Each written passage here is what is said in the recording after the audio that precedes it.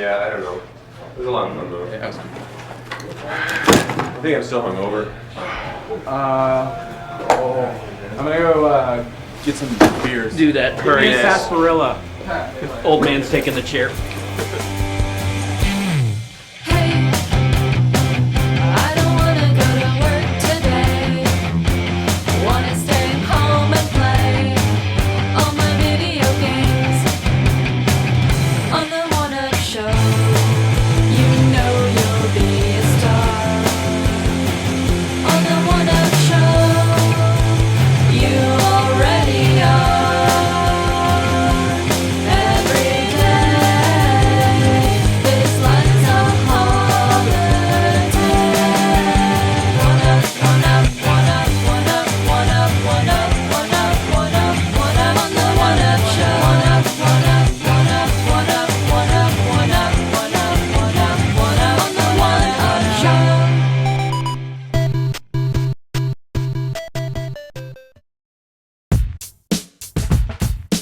Well, the first thing today was the big keynote, Microsoft keynote. Yeah, of course. The first 20 minutes of it felt like an infomercial from 2006. It was almost like 360 is still relevant. Please keep making games for it. You can make money on it. Yeah. It wasn't until near the end where they had the gameplay demonstrations for Fable 2 and Ninja Gaiden. That's when it was actually exciting. Enough of death and mayhem, let's go and meet my family.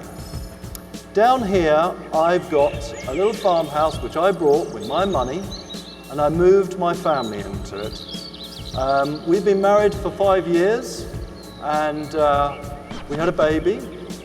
That means I was pregnant, as I said. We had a baby, and I haven't been back home for about 6 months now. So let's go and see what the reception's like. Peter Molyneux showing off what the legitimately, potentially remarkable aspects of Fable, where you can have a child, orphan the child, have the child become bitter as fuck because you orphaned him, and then caught you eating these sumptuous meals while, you know, he or she was eating rotten apples and stuff, and then come back and, you know, go for some, you know, patricide or something like that. He shot my husband! My poor son is now an orphan! And that moment is real. It's not staged. He is the world's greatest salesman. Every time he gives a demo, you walk out of it going, I gotta play this. This is the best game ever. And then when it comes out, you go, oh. You know, so I mean, no offense, because he's made some great games, but this is, for me, this is like, I'll believe it when I see it, Fable 2, you know. But the fact that they're in an action game introducing something like pregnancy and stuff, I mean, even no matter how rudimentary the execution is, like, that's an interesting step. I mean, that's something that's untouchable. I'm really excited for Fable 2 as well, but I'm not convinced about the combat. The one-button combat. That seems silly. Yeah, context-sensitive one-button combat. We'll see. Like, I like my action RPGs to have some finesse, some gameplay, some moves. I go back to like Assassin's Creed, which mostly had one-button combat with, I guess, you know, some defensive moves or whatever. And I think it can be done really well and enjoyably. But like you said, you know, we won't know until we.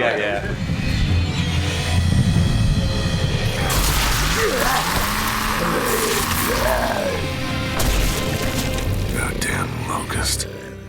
Gears of War 2, the teaser, we all knew about it, but yeah, it was a good tease. I was more excited about the things they were showing with Unreal Engine, like the water effects and that stuff. Really so I was just reading a live blog of it. Was that really impressive? Because it totally, of course, it doesn't come across in a live blog. It's like, there's a cube of meat now rolling around. It's like, okay, is that really that impressive? Like, there are really 2,000 people just sitting there watching this? It wasn't anywhere near. I mean, compared it to a few GDCs ago when they first unveiled that engine. Right. I mean, and then everyone was like, whoa, you come out of it talking about it. This was like, okay, there's cube of meat in it. But it was like a shinier cube of meat. It looked like carne asada from the Mission Street. They spent a lot of time focusing on the community. I keep forgetting what it's called. XNA community. Well, XNA Creators Club. People have been making games using the XNA Creators Club tools, which cost $100 to jump into for about over a year now. So what they announced now is that people who are not a part of the Creators Club, just Xbox Live users, will finally be able to like see these games. When you're trying to find them, it kind of makes it seem like you need to pay $100, but you really can download them for free, but you only have 70 days to play them. It's a little bit weird right now. Did you guys play any of them? Did you download them? Dishwasher? Jelly. Dishwasher's fucking awesome.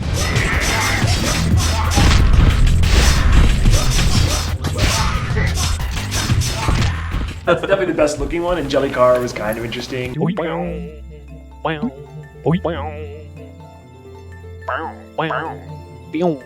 the overall takeaway I thought from Microsoft, it was kind of like, yeah, everything's fine, because there was a little concern, like what is their lineup, what's really coming out this year. Seeing Fable 2 with co-op, that's new, and seeing Ninja Gaiden 2 looking really good. And I think they were just here like, we have games, and they're good games.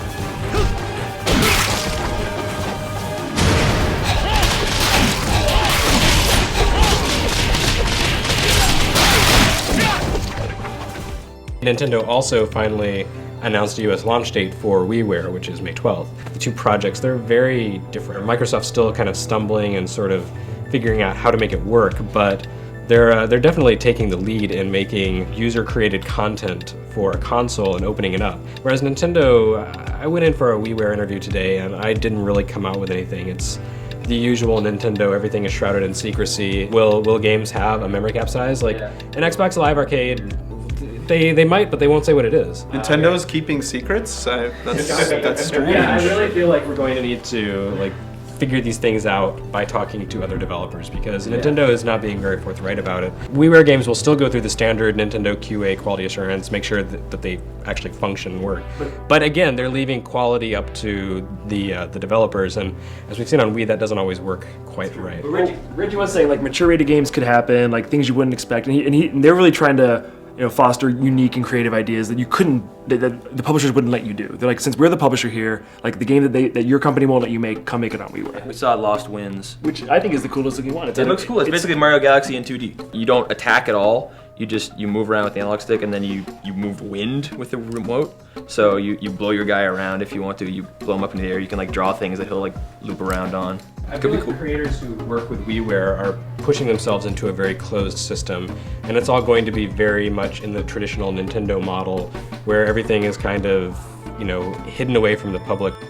One of the games that I saw that I hope is like a sign of something new that more people are going to be doing is that Bionic Commando Rearmed. It's not like an old port, just a port of an old game with like an enhanced mode that has a few effects on it.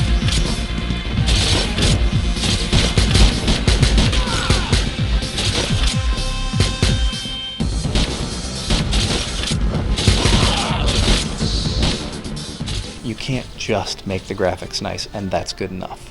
Because if you really go back and play those 8-bit games, a lot of them, they're great in your mind, in your memories, but when you actually sit there and play them, it's like, this is frustrating as crap. Right. And there's just a single tweak here or there, and some of it was actual limitations of the hardware, like you couldn't save without a save battery in the actual cartridge or whatever. Right. Just adding that little bit would make the gameplay experience all the better. Analyzed the original, sat there, talked it over, what needs to be added, what doesn't, and in general kept the wire mechanic because that was perfect. But then the way that the bullets worked, you could sit there on the first stage and just kill enemies over and over and over and get your life expanded, and just that wasn't really well thought out either. They're not a slave to the older game. They don't completely throw it out, and they don't just completely remake it. Like the first boss, it's called the Beetle. The idea is, let's take it all back to the wire. It's supposed to be about the bionic arm. And so for this boss, you have to throw barrels at it because you can pick up barrels, you can interact with your background. And so they put that in there. And when we first did it, it was good, but it wasn't that great. And then we have, fortunately, the Japanese staff here that are looking at it, and Japanese designers are great at making bosses. And so they took one look at it and go, you know what, this needs a second phase. You should be able to knock it down, and then when you shoot it, the idea of shooting its core, which is from the original game, is now intact in the game. So wouldn't that be better? Shooting the flashing red spot. It's very 2D. Yeah. If it was in 3D, it would be annoying. Right. Too many 3D games do that.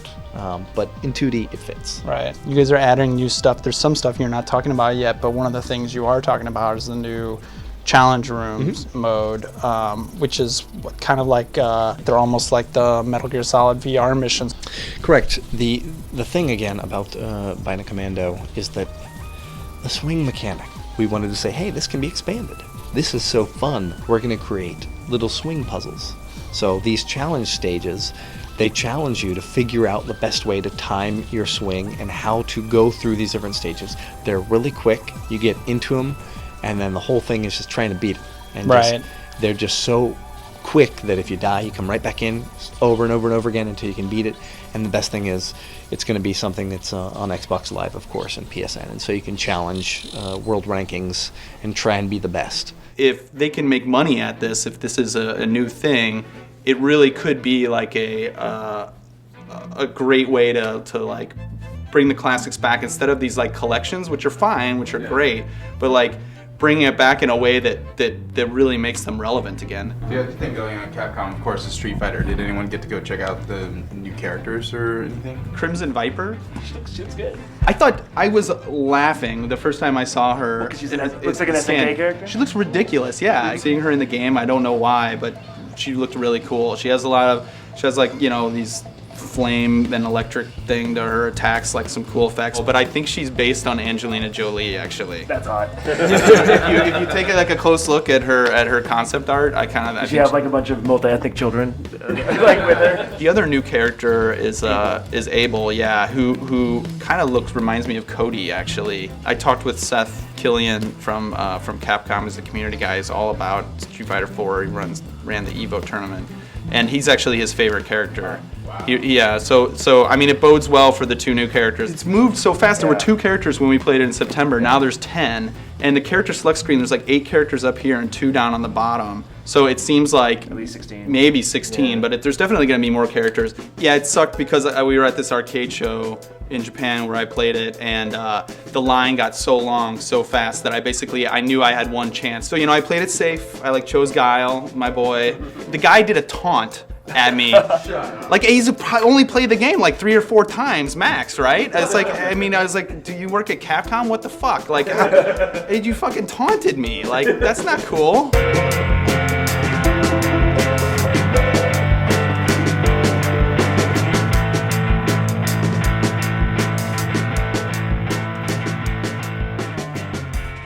What about all the conferences we did?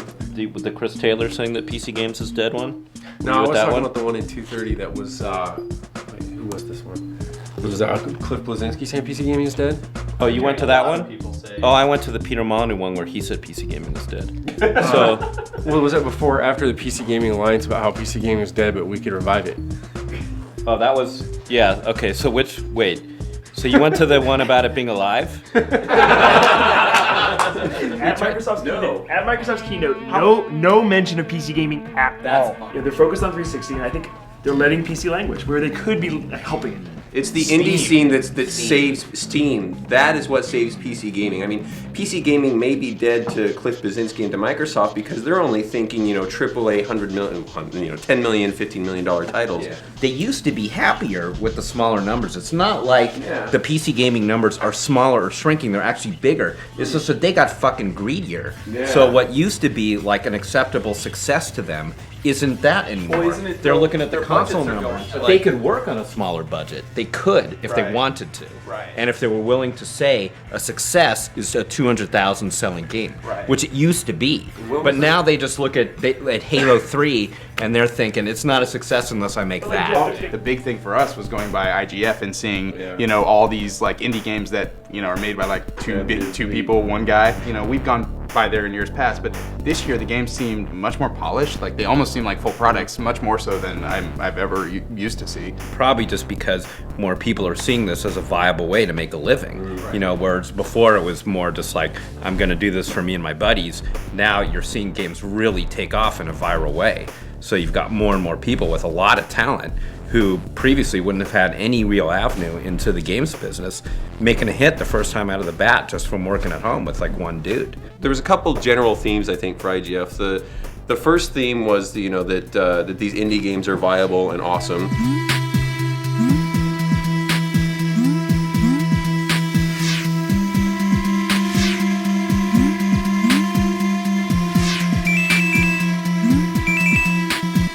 Fez is like my dream video game. It's, you know, a 2D platformer that exists coherently in 3D space. And it's not like Super Paper Mario where you turn it sideways and all of a sudden you're moving in 3D. Like you're always moving on a 2D plane, but you turn the world around and your platforms shift.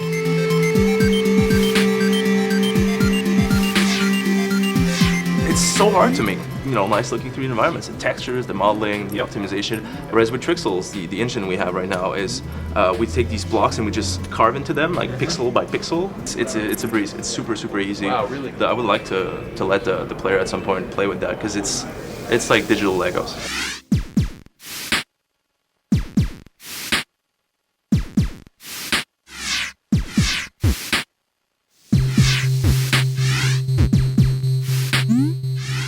I heard that you were going to produce a game here at the IGF. When I'm not carrying your camera bags, I produce a game. Yeah. Really? Yes. Yeah. I moonlight as a game producer. Nice. Jason's job is to make it sound awesome also. True. What are you aiming for with Fez, with the music for Fez? So obviously it's 8-bit because a lot of the sounds are 8-bit. But I want it to be a lot more modern, so rhythmically it's a little more complex. And then I add a lot of effects onto it, distortions and delays and reverb. So you're filtering the shit out of it. In real time, so it adds a whole new dimension.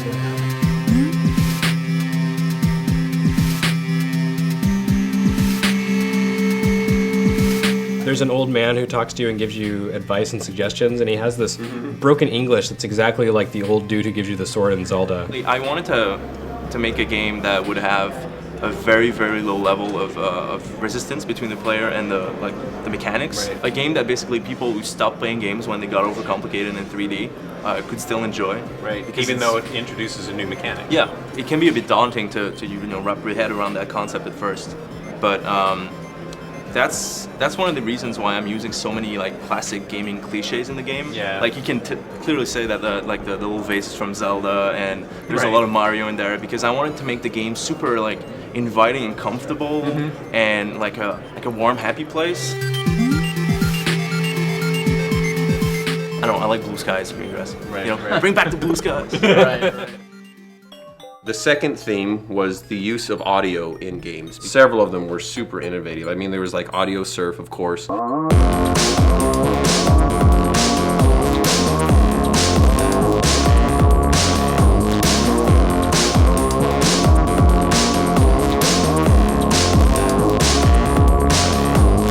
It seems to me that certain songs are very well suited to certain modes of play. Mono and Ninja Mono. I like that best with Daft Punk. For some reason, like the other modes, I have a really hard time with that. Have you noticed that at all? That the different modes are better for some tracks? Definitely, there's definitely a pattern there. And you start browsing by artist, and you look up, Dragon Force, and everybody's playing Ninja Mono. And I think that kind of goes with the audience for the music. If you look up Bob Dylan, you're not going to find many mono players.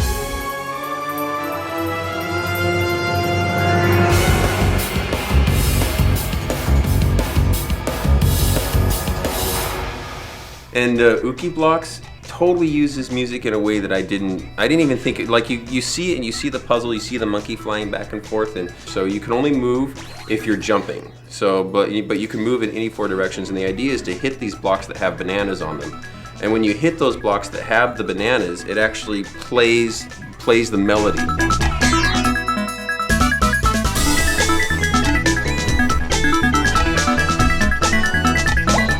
They were telling me that their algorithm that they used to generate the sound samples is similar to what Dylan Fitterer used in Audio Surf.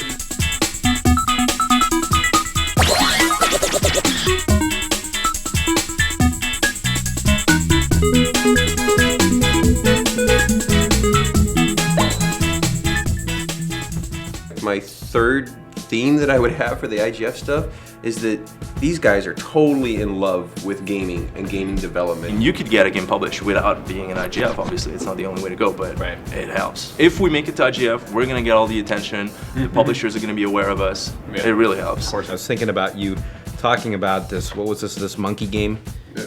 Right, and also Audio Surf, which I downloaded last night and which is amazing, and comparing it to you talking about, Epic's fucking cube of meat, like that's what's important to them, at this point it's the shinier meat. Big game development has become so expensive, and the studio system is so huge, it takes such a large staff that enthusiasm often kind of gets lost in the budgets and the PR and the trailers. And I was in World of Warcraft last night, and everybody in the guild was saying, I'm gonna log off to play Audio Surf, So this game that 10 million people people are playing. People are leaving to go play this little tiny, you know, but that's so cool. I think like the big boys should be ashamed right now. I mean, I used to work at this like video game studio in Montreal, and they would put like 10-15 people on a DS project or something, and it wasn't very good. Right. It wasn't very good at all. And then they see like this one guy or these two guys making a game that is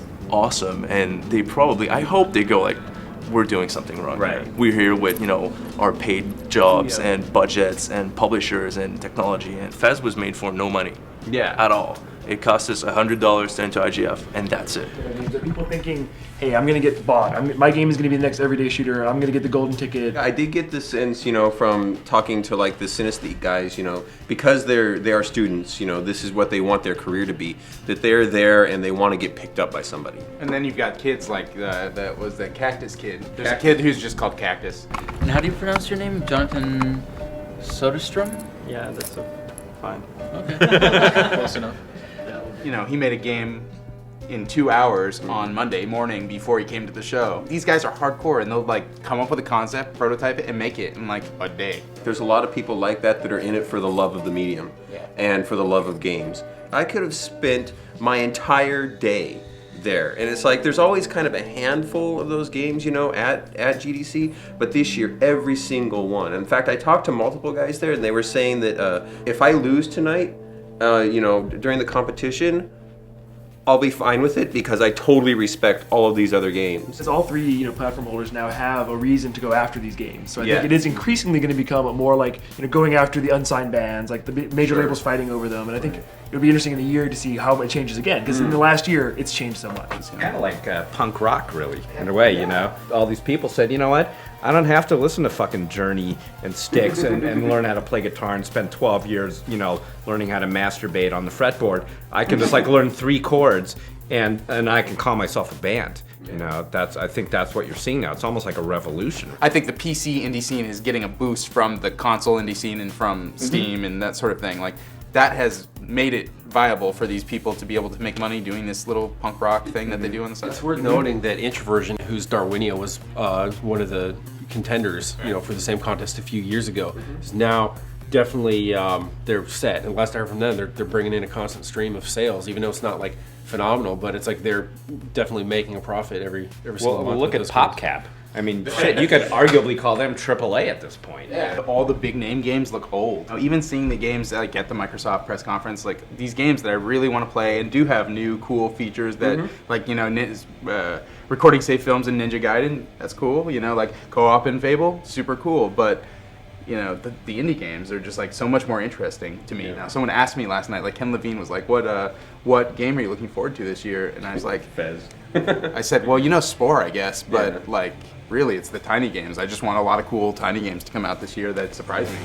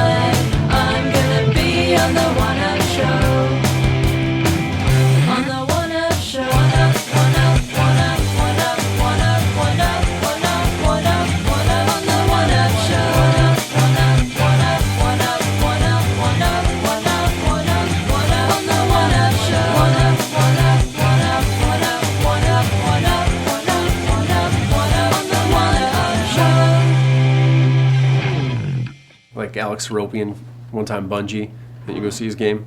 Alex Fallopian? Dude. Jeff and I like to get Soapy and nude and play games made by that Seropian dude. You've been saving that up. Somewhere, Leon is like suddenly has the urge to masturbate, like, and he doesn't know why. He's just like, it's like hand moving down to his pants.